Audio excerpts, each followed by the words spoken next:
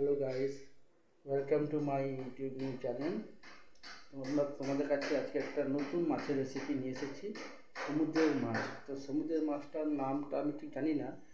চলো দেখি, তোমার দিদি ভাই মাছটা ধরছে, তোমরা দেখলে বুঝতে পারবে মাছটা।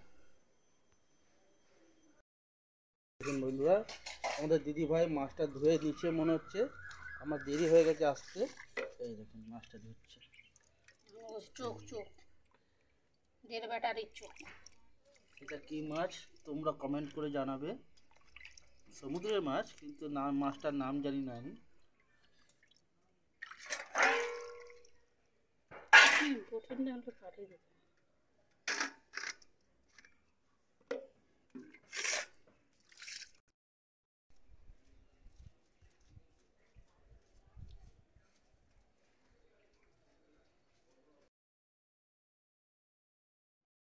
দেওয়ার জন্য খালি সাদা সরষাকে বেটে তরকারির মধ্যে দেবে, কেন গুঁড়ো সরষাটা অতটা ভালো লাগবে না।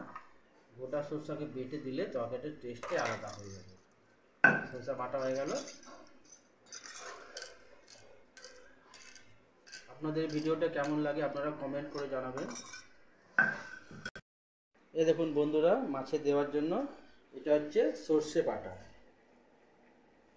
আর এটা হচ্ছে পেঁয়াজ রেখেছে, আরও একটু পেঁয়াজ লাগবে, পেঁয়াজ কাটবে আরও। আর এই যে টমেটো, টমেটো দেবে। আর ওই যে ধুয়ে রাখা সমুদ্রের মাছ, এই মাছটার নাম হচ্ছে বন্ধুরা, এই মাছটার নাম হচ্ছে কানগুদ্রা বলে মাছটাকে। এইটা সমুদ্রের মাছ, তার লেজটা দেখাচ্ছে, এই দেখুন, এটাকে বলে কানগুদ্রা মাছ। অনেকে চিলি চাম্পাও বলে। তো চিলি চাম্পা কানগুদ্রা মাছ একই কিনা আমি জানি না, তাই আপনারা দিতে থাকুন।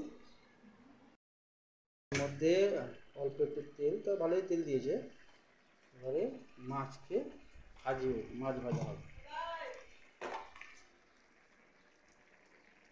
হলুদ দিল মাছের মধ্যে, নুন দিয়েছে না, দিচ্ছে। কিছু করে ফেলি যা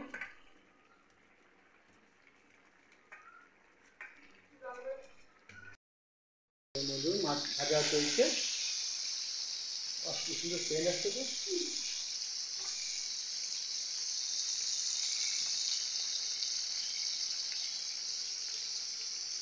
হচ্ছে সমুদ্রের মাছ।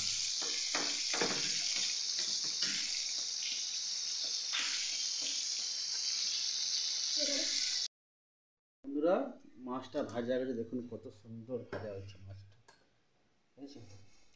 সমুদ্রের মাছ বলে কেউ বলবেই না, কত সুন্দর মাছটা ভাজা হয়েছে,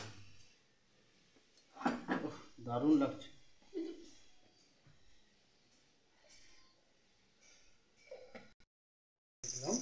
এবারে পেঁয়াজটা ভাজবো প্রথমে, পেঁয়াজটা ভাজা হোক, হালকা আঁচে এটা ভাজতে হবে।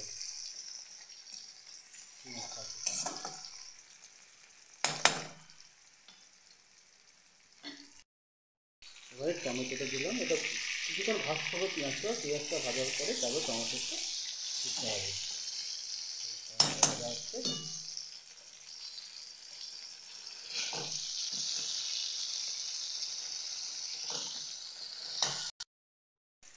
এবারে সর্ষে বাটাটা দেবো।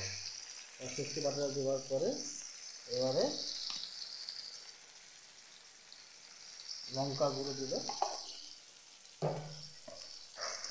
লঙ্কা গুঁড়োর পর এবারে একটু হলুদ 1 চামচ, 2 চামচ, 3 চামচ, মানে 2.5 চামচ দেবে। এটা নাড়তে আর ঘামাতে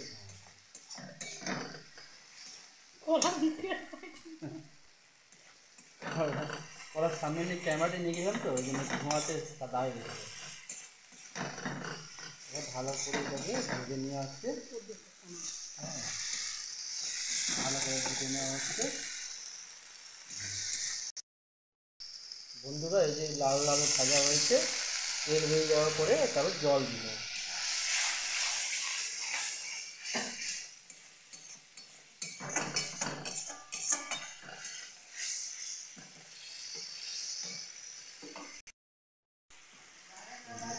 জলটা দিয়ে একটু নাড়ছে।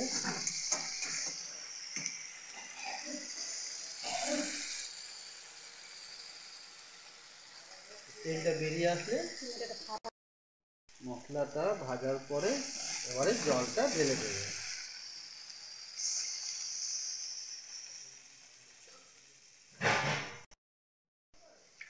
2 কাপ মতো জল দিয়ে দিল।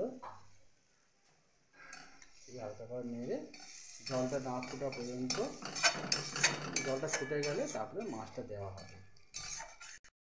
আমাদের নুনটা আগেই দেওয়া হয়ে গেছে। এবারে মাছটা একটা একটা করে মাছ ঝোলের মধ্যে দেওয়া যায়।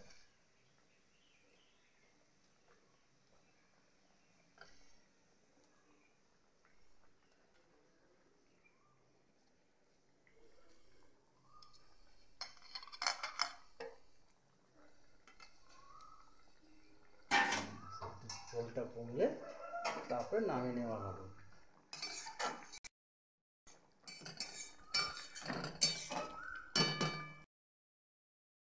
হয়ে আসলে তরকারিটা, আর ধনিয়া পাতা দিচ্ছি এবারে।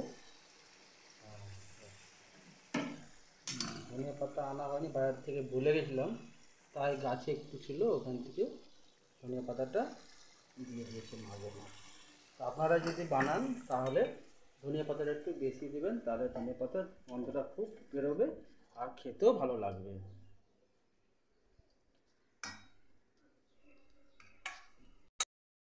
তাই বন্ধুরা, যদি আমার এই রেসিপিটা যদি ভালো লাগে আপনাদের, তাহলে কমেন্ট করে জানাবেন যে সমুদ্রের মাছও খেতে ভালো লাগে। তাহলে আপনারা কমেন্ট করবেন, সাবস্ক্রাইব করবেন। বাই। তাহলে আবার এরপরে নতুন ভিডিও নিয়ে আসতে আমরা। বন্ধুরা বেশি বেশি করে শেয়ার করবেন, আর আমাদের ভিডিওটা ভালো লাগলে একটা লাইক করবেন আর কমেন্ট করবেন যে তরকারিটা আপনাদের কেমন লাগলো, রেসিপিটা।